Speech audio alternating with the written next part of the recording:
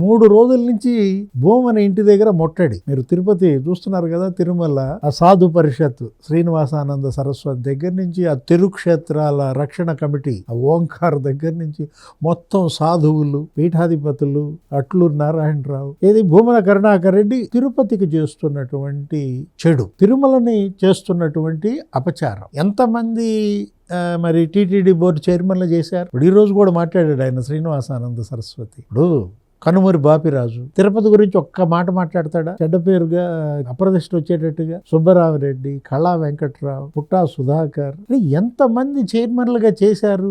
ఈ మాజీ చైర్మన్ ఏంటి, ప్రతిరోజు ప్రెస్ మీట్ పెట్టడం, ఏదో రకంగా బురద జల్లడం. శనీశ్వరుడు విగ్రహం ఎన్నేళ్ల నుంచి పడి ఉంది, రాజశేఖర రెడ్డి ముఖ్యమంత్రిగా ఉన్న దగ్గర నుంచి అది అక్కడే ఉంది. అప్పుడు ఎందుకని అక్కడ దీపారాధన చేయలా, కర్పూరం దిప్పల?